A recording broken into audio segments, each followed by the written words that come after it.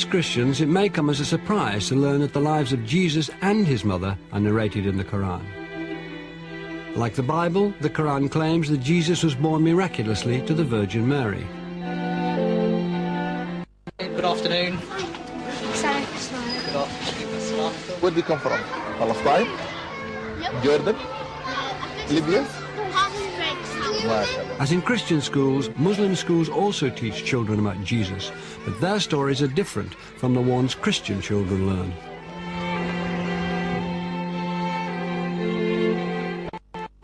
Because people don't understand. They think that a prophet is coming to tell people just to go to the mosque, the synagogue, the temple, and just to worship, and to act different, and to be awkward, and to be difficult, and to see everything wrong. No, no, no, no. It is there to live, and there is no example that is better for man than an example of a prophet, and for us as Muslims, the example of Jesus Christ mentioned in the Quran. As Muslims who are living in a Christian country, ruled by a Christian queen, a Christian monarch, it is important for the Muslims to realize that the heritage that this country has is a very good heritage, because Christianity, it is essence the religion of God. And we as Muslims, we must believe in Christianity. How do we call Isa in English? What do we call him? Aman? Jesus, peace be upon him, very good. But being in an Islamic school, I think it's just the general stereotypical attitude that some people have, Muslims and non-Muslims. Islamic school, what do they teach and what are they up to, and how will it affect my child's CV? Allah spoke to Jesus, peace be upon him, and gave him some new rules. And he gave him a book called the Injil. Just like he gave Prophet Muhammad afterwards the Quran.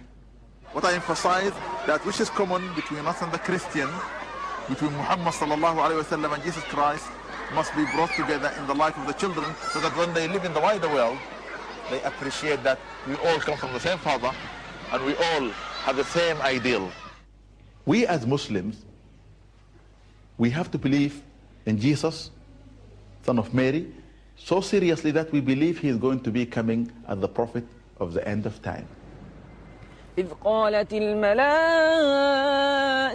يا مريم إن الله يبشرك بكلمة منه اسمه المسيح عيسى بن مريم. The story of Jesus' birth is narrated in vivid detail in the Quran. As in the Bible, an angel tells Mary she is pregnant despite being a virgin. But the story of what follows then changes completely. In the Quran's version, there's no stable, no manger, and above all, no Joseph. There's no support structure, there's no loving husband, there's no nice midwife. You know, there's no everybody with their bundle of joys and balloons and cuddly teddy bears coming along to say, oh, Mary, wonderful, you know. She is alone. In the Bible, Mary's role is limited to the passive mother of Christ. The Quran gives accounts of her ancestry, her birth, her childhood in the Temple of Solomon, and as mother of Jesus. She's the only woman mentioned by name in the Quran.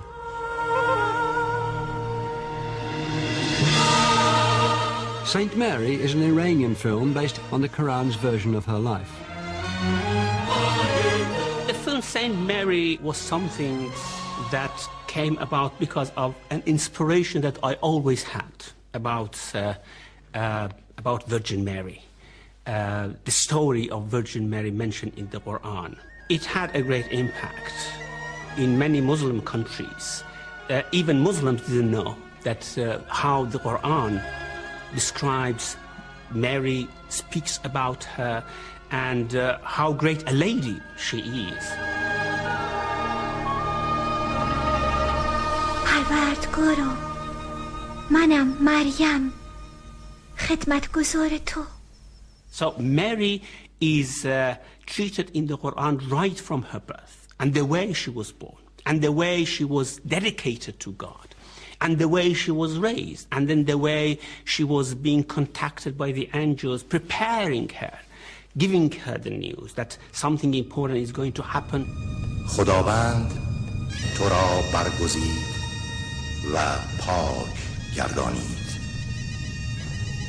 و از میان همه زنان تو را برای امر بزرگ خویش اختیار نمود.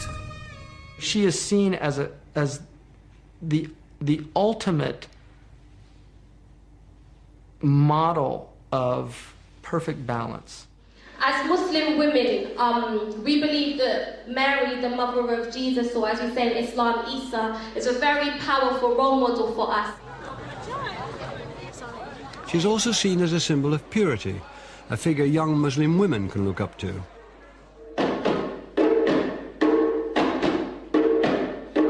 At this event, there's a rap performance inspired by stories of Mary in the Quran. You will see the pearl open out wide, and inside will shine her inner beauty. When someone told me there's a chapter Mary in the Quran, I was like totally gobsmacked. I was thinking, hold on, I went to school with a lot of Muslims, and then none of them told me this. So I said, what? There's a chapter Mary? I said, what? There's the same Mary that's the mother of Jesus? I said, yeah. I said, no, I've got to get this Quran. I'm trying to step like a modern-day Mary, mother of Isa, soldier of Allah, spiritual señorita, piety like the first Khalifa. If Mary was here today, as far as I'm concerned as a Muslim woman, she'd be rolling with us, you get what I'm saying? Like, she'll be rolling with us, she'll be dressing like us, you know, she'll be setting an example the way we're trying to set an example. Before I was a Muslim, you know, I had a red Mohican, I was like into short skirts, I was walking about thinking, yeah, you know, I'm liberated, but I realised men just didn't have no respect for me.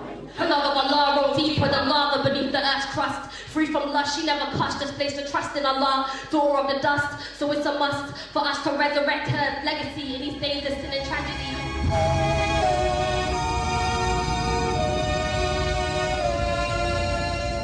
As in the Bible, an angel tells Mary she's pregnant despite being a virgin. Angel Gabriel comes in and says, I've come to you with the good news. And she says, what is the good news? And Angel says, you are pregnant. What? I'm not even married yet. For us, for a child to be born, there must be a father, there must be a mother, there must be, okay, a marriage. And that where a child is born. And the angel says, well, God does what he wants. He just says, be, and it is. And the angel blew on to Mary. And she conceived. من جبرئیل فرستاده پروردگار تو ام تا پسری پاکیزه به تو عطا کنم. After she conceives, the Quran's version differs from that in the Bible. There is no Joseph in the story, in the Quranic story. She's alone, completely alone, with this burden, literally a physical burden.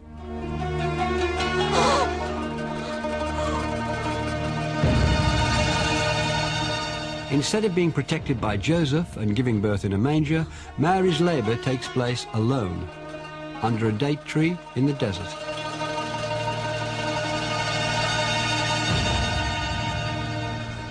The discomfort of being heavily pregnant in the desert, alone, knowing that you're carrying this sort of scandalous, burden, if you like. And she's in the throes of labour. And there, in the pain, you see her humanity and you relate to her, and she's like, would that I be a thing undone? Would that I be dead before this?